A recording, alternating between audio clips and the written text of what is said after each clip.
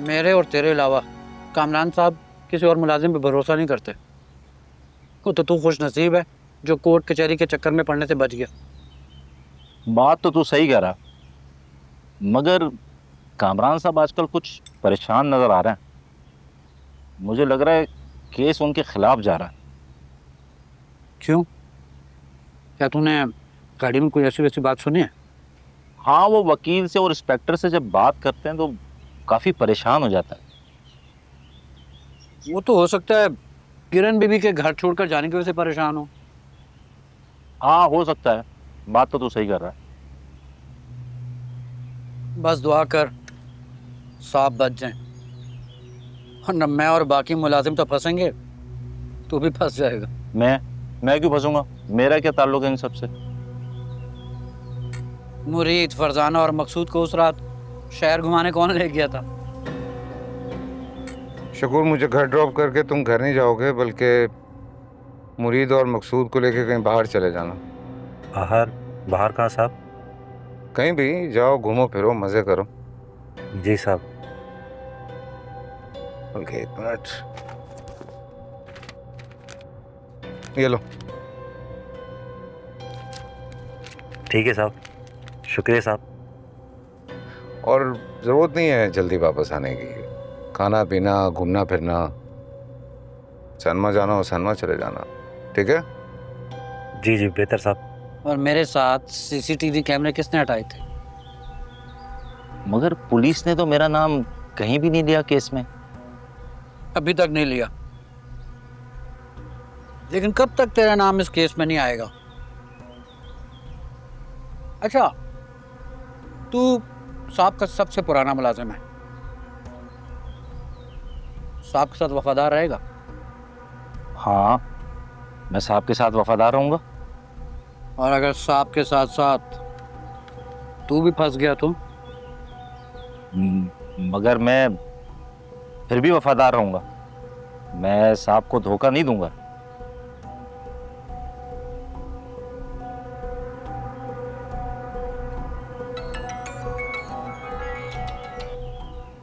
जी साहब, जी जी, बस मैं आ रहा हूँ, मैं आ रहा हूँ। आप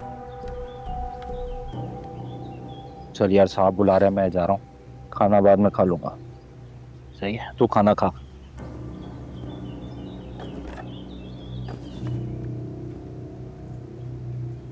अमेरिकी सदर डोनाल्ड ट्रंप की कतरी वज़ीर आज़म शेख मोहम्मद बिन अब्दुलरहमान अल सानी के साथ न्यूयॉर्क में इशाइये पर मुलाकात हुई। मुलाकात में ट्रंप के आला मुशीर और अमेरिकी खुसूसी एलची स्टीव विटकॉक भी मौजूद थे। व्हाइट हाउस के इशाइये की तस्दीक, मुलाकात की तफसीलात नहीं बताई गई। इस मुलाकात से पहले कतरी वज़ीर आज़म की व्हाइट हाउस में नायब सदर जेडी वेंस और सेक्रेटरी ऑफ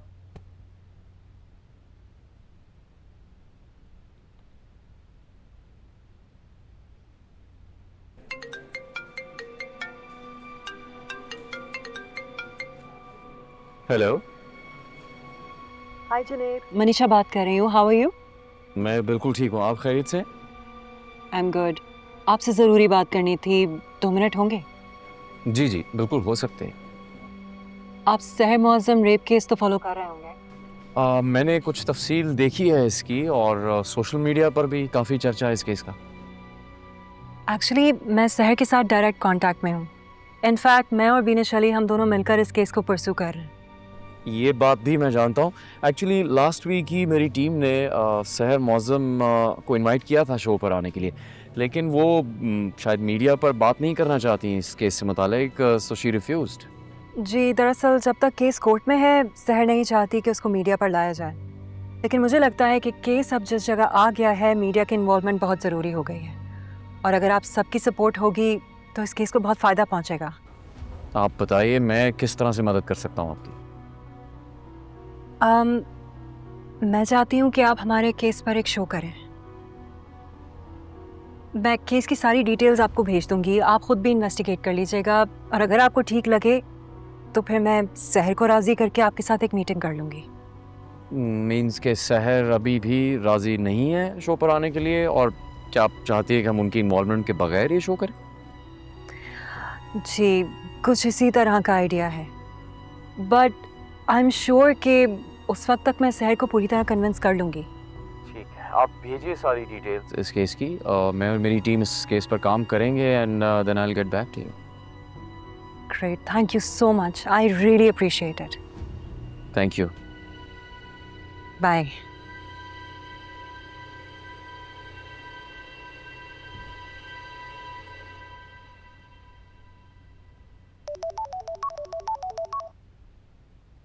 हाँ सहर, क्या कहा रोहित ने?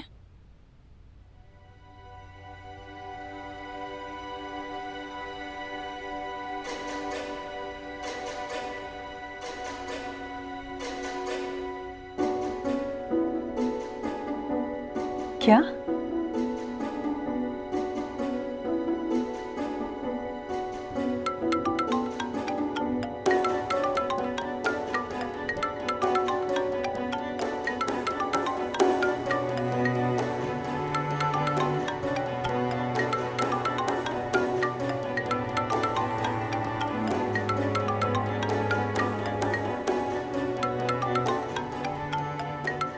गाड़ी साइड पर रोकना।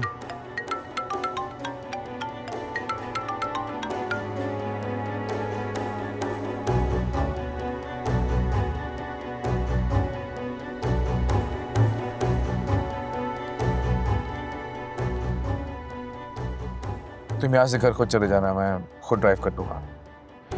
ठीक है सर।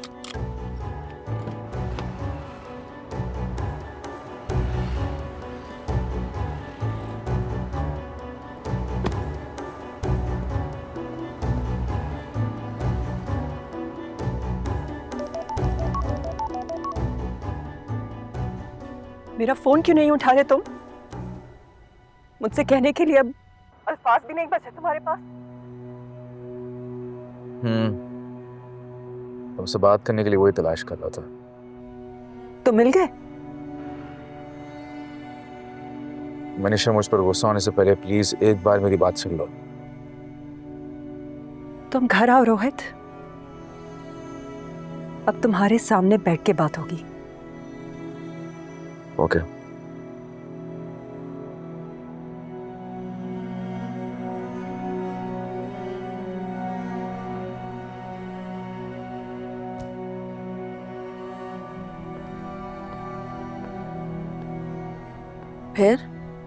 फिर क्या हुआ?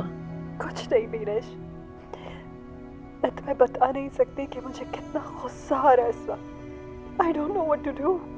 मनीषा, ये वक्त इमोशनल होने का नहीं है। रोहित की गवाही हमारे केस के लिए मेक और ब्रेक सिचुएशन क्रिएट कर सकती है। वो उलझ गया है दोस्ती, प्यार, सच और झूठ के बीच में। ये वक्त गुस्से का नहीं है। तुम्हें क्या लगता है बीनेश कि जो हरकत रोहित ने की है उसके बाद भी उसे किसी किस्म की माफी मिलनी चाहिए? उसको आराम से, प्यार से समझाओ मनीषा, प्लीज। मैं रोहित जैसे इंसान के साथ मजीद अपना वक्त और अपनी जिंदगी बर्बाद नहीं कर सकती। मैंने फैसला कर लिया है कि मैंने क्या करना है।